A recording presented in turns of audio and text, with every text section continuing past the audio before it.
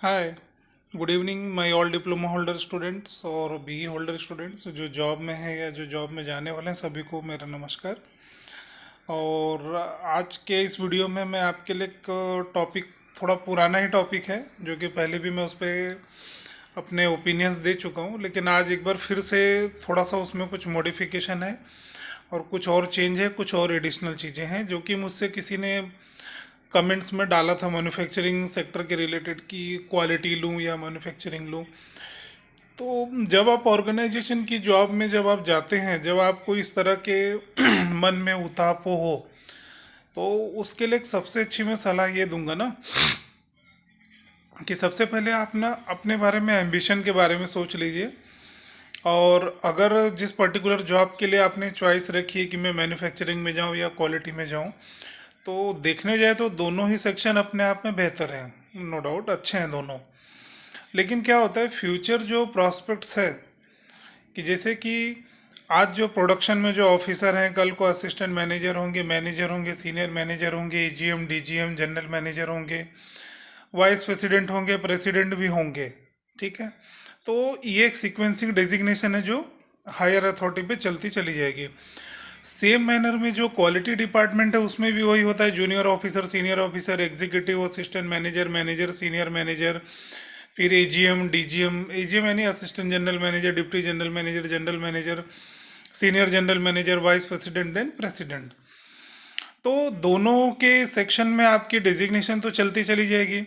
और रही बात सैलरी की, तो सैलरी में देखिए सेक्टर वाइज फ़र्क होता है। कहीं कहीं से किसी किसी सेक्टर में आप देखने जाओ तो जो क्वालिटी डिवीज़न के लोग हैं उनकी सैलरी मैन्युफैक्चरिंग डिवीज़न की अपेक्षा 2-3-4% थोड़ा ज़्यादा ही पड़ती है, या 5% भी ज़्यादा हो सकती है।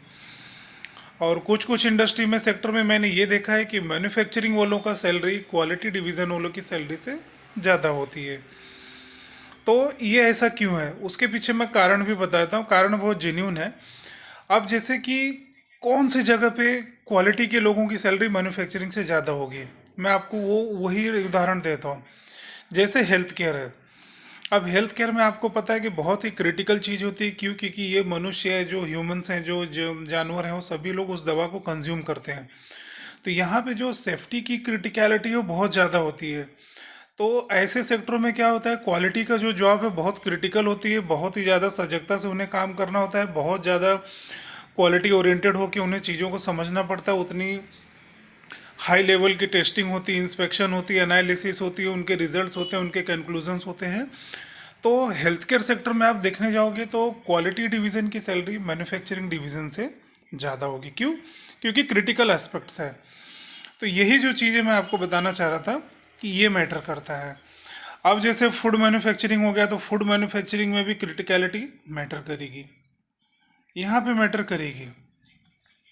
सेम मैनर में अब जैसे केमिकल्स है, तो केमिकल सेक्टर एक ऐसा सेक्टर है कि जहाँ पर आप मैन्युफैक्चरिंग क्वालिटी के में ज़्यादा डिफरेंशिएशन नहीं है, कम है, बहुत ही रेयर होते हैं, बहुत कम फर्क होती है। क्यों? अब यहाँ पे हम देखने जाए तो सेफ्टी पर्पस तो केमिकल है, हजार्डस है, लेकिन ह्यूमन हेल्थ क्या है, ह्यूमन इसे क्या करते हैं, अपने हिसाब से, अपने तरीके से, अपनी सेफ्टी से यूज़ करते हैं। इसे कोई कंज्यूम नहीं करता है कि उसका इमीडिएट कुछ रिएक्शन हो जाए या इमीडिएट हेल्थ को हैजार्ड्स हो जाए या कुछ हो जाए, तो इस तरीके की बातें नहीं रहती है। तो अगर आप केमिकल सेक्टर में देखने जाओगे तो जो मैन्युफैक्चरिंग डिवीज़न में जो लोग काम कर रहे हैं केमिकल इंडस्ट्री में, उनकी सैलरी क्वालिटी वाले से ज़्यादा पड़ेगी। सेम मैनर में ऑटोमोबाइल में भी जो मैन्युफैक्चरिंग में है, रिसर्च एंड डेवलपमेंट में रहेंगे, उनकी सैलरी क्वालिटी डिवीज़न की अपेक्षा अच्छी रहती है। तो ये जो बेस जो डिफरेंस है, ये इसीलिए ये व्यूवर रिक्वेस्ट वीडियो है। मैंने उनके क्वेश्चन पे उनको जवाब भी दिया था, उनको समझाया भी था, लेकिन मुझे लगा कि एक वीडियो के तौर पे थोड़ा डिटेलिंग में मैं बता दूं तो ज़्यादा बेहतर होगा, आपको ज़्यादा क्लियरिटी से समझ में आ जाएगी। तो जब आप क्वालिटी और मैन्युफैक्चरिंग का जब सिलेक्शन करते हो, तो पहले उस ऑर्गेनाइजेशन के, उनके जो प्रोडक्ट के पोर्टफोलियोज हैं, उनके मार्केट के हिसाब से पहले आप देख लीजिए कि वो कस्टमर ओरिएंटेड तो सारे प्रोडक्ट हैं, बट क्रिटिकलिटी का एस्पेक्ट देखना बहुत ज़रूरी है, हजार्ड्स का एस्पेक्ट देखना बहुत ज़रूरी है, और रिस्क एनालिसिस का भी समझना ज़रूरी है। तो ऐसे प्रोडक्ट जो हेल्थ की दृष्टि से देखने जाए, हेल्थ केयर हो गए, फूड मैन्युफैक्चरिंग हो गए, कॉस्मेटिक भी वैसे ही लगभग होती है, बट इतना फ़र्क नहीं पड़ेगा। हेल्थ केयर में इसका काफ़ी फ़र्क है, फूड मैन्युफैक्चरिंग में इसका काफ़ी फ़र्क है। यहाँ पे जो क्वालिटी डिवीज़न है, उनकी जॉब, उनके स्किल्स, उनकी रिक्वायरमेंट मैन्युफैक्चरिंग डिवीज़न की अपेक्षा ज़्यादा होती है। तो ये आई थिंक बहुत ही सिंपल एनालिसिस था, इसमें कोई बहुत ज़्यादा जोर देने की कोई ज़रूरत नहीं है। और आप जैसे किसी जनरल सेक्टर में जा रहे हो, जैसे ग्लास मैन्युफैक्चरिंग है, मोल्डिंग है, कास्टिक है, प्लास्टिक इंडस्ट्रीज़ है, या पावर प्लांट है, या आपकी विंड एनर्जी है, ये सब जो सेक्टर है यहाँ पे मैन्युफैक्चरिंग के जो स्टाफ रहेंगे, जो उनके एजीएम डीजीएम या जो भी उनके स्टाफ्स हैं, उनकी सैलरी क्वालिटी डिवीज़न की अपेक्षा अच्छी रहती है। कंपेरेटिव उनसे they are getting better paid than the quality. तो ये एक ही समीकरण है जहाँ पर आपको डिसीजन लेना बहुत आसान है। इसमें ज़्यादा आपको स्ट्रेस लेने की ज़रूरत नहीं, बहुत सिंपल सा एनालिसिस बताया, और इसी एनालिसिस पे ही सारे जगह पे, क्योंकि मैंने केमिकल सेक्टर भी देखे हैं, हेल्थ केयर भी देख ही रहा हूँ, कॉस्मेटिक में भी पता है मुझे, और हैवी इंजीनियरिंग जैसे लार्सन टुब्रो हो गया, महिंद्रा हो गया, तो इनके यहाँ पे जो सैलरी का स्ट्रक्चर है ये इसी तरह से ही चलता है।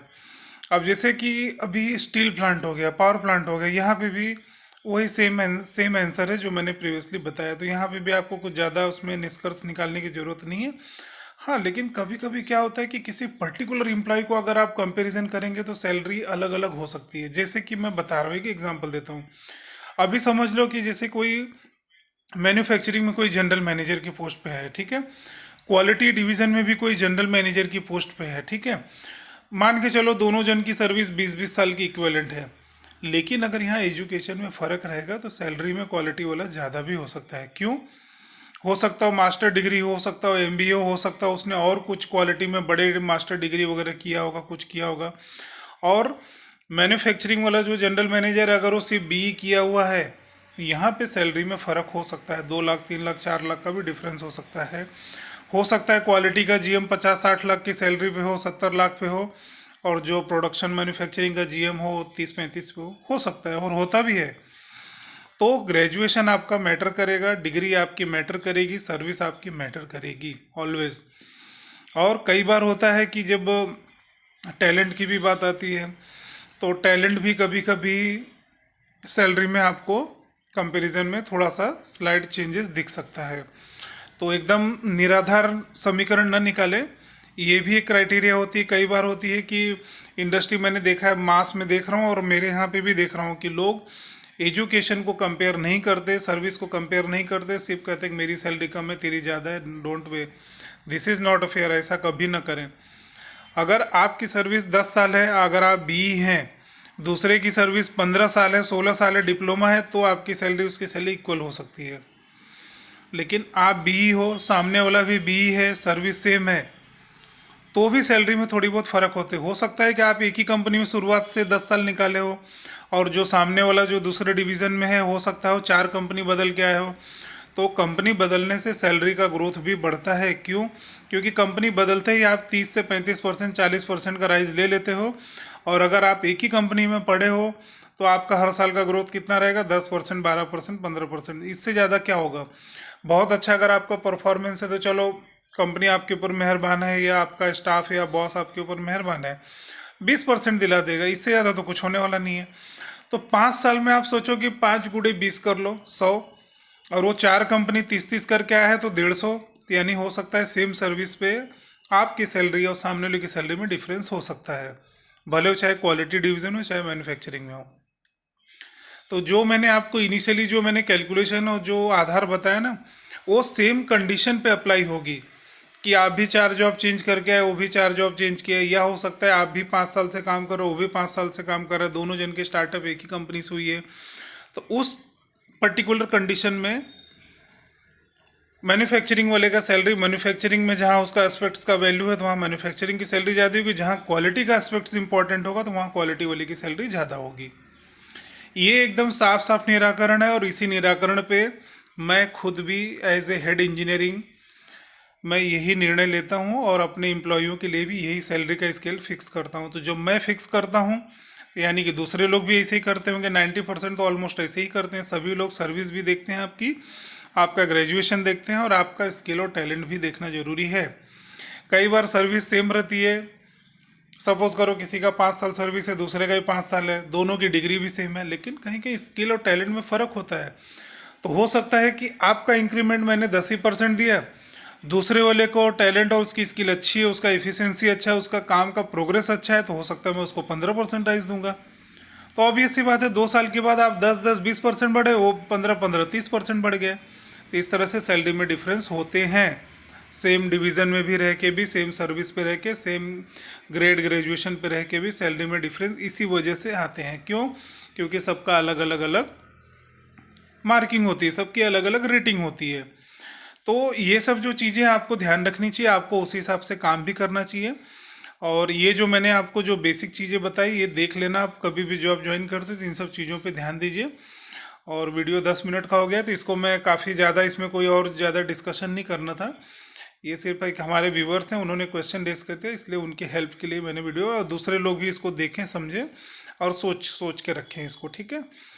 और रही बात सेक्टर रिलेटेड, जो जो आपकी डिस्क्रिप्शन है वो मैंने अपने बहुत सारे वीडियो में दिया है, अलग अलग सेक्टरों की क्या सैलरी स्ट्रक्चर है, क्या रिक्वायरमेंट होती है, कैसी जॉब होती है। तो वो सब आप मेरे अदर वीडियोस देखते रहिए, उसमें आपको क्लैरिटी मिल जाएगी, आपको समझ में आ जाएगी। और जो चीज़ आपको डाउट है, कुछ क्वेश्चन है, तो आप फील फ्री मुझसे कांटेक्ट कीजिए, पूछिए, मैं आपको सारी चीज़ों के आंसर दूंगा। और बेहतर होगा कि आप अगर यूट्यूब के ही उसमें मैसेज करें तो बेटर होगा, क्योंकि क्या है, जिस व्हाट्सअप का नंबर मैं आपको देता हूँ वो मोस्टली मोबाइल घर पे ही रहता है, क्योंकि मैं रूटीन ऑफिस में उसको यूज़ नहीं करता, उसके लिए मेरे पास दूसरे मोबाइल है, तो उसमें रहती है। तो कोई लोग बुरा ना माने, अगर मैं आपके व्हाट्सअप का रिप्लाई नहीं जब देखूंगा तो मैं दे दूंगा, तो उसके लिए कोई बुरा मानने की ज़रूरत नहीं है। ठीक है, तो जो भी नए व्यूवर हैं प्लीज़ मेरे चैनल को सब्सक्राइब कर लीजिए। और आपको जो जो जानकारियाँ आपके इंडस्ट्री लाइफ में, आपके ऑर्गेनाइजेशन लाइफ में लगेंगी, वो मैं सारी आपको स्टेप बाय स्टेप बताते चले जाऊँगा, वीडियो लोड करता रहूँगा, आपके नॉलेज के लिए भी होगा। और इससे मेरी खुद की भी बोलने की जो स्किल है, जो मेरा नॉलेज है, वो मुझे बार बार रिमाइंड होता है, तो मुझे भी अच्छा लग रहा है।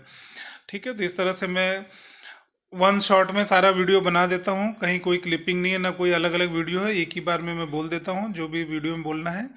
और टॉपिक भी मैं सिलेक्ट कर लेता हूँ कि मुझे आज क्या कहना है, तो सब मैं बता ही देता हूँ आपको, ठीक है। तो अगर उसके अलावा कुछ है तो आप मुझे बताइएगा ज़रूर, मैं आपको ज़रूर हेल्प करूँगा। और हो सकेगा तो अगर किसी का कुछ स्पेसिफिक रिक्वेजिशन रहेगा तो मैं उसके ऊपर स्पेशल वीडियो भी बना के लॉन्च कर दूँगा, ठीक है। तो जो भी न्यू व्यूवर हैं वो प्लीज़ मेरे चैनल को सब्सक्राइब करें और वीडियो को देखें, समझें और लोगों में एक्सप्लोर करें, उसको शेयर करें, ठीक है। तो मैं अब चलता हूँ, और गुड नाइट मेरे सभी diploma holder, B holder students, और जो भी जॉब में लगे हैं उनको भी, जो जॉब में लगने वाले सभी को मेरी तरफ से नमस्कार, ढेर सारी शुभकामनाएं।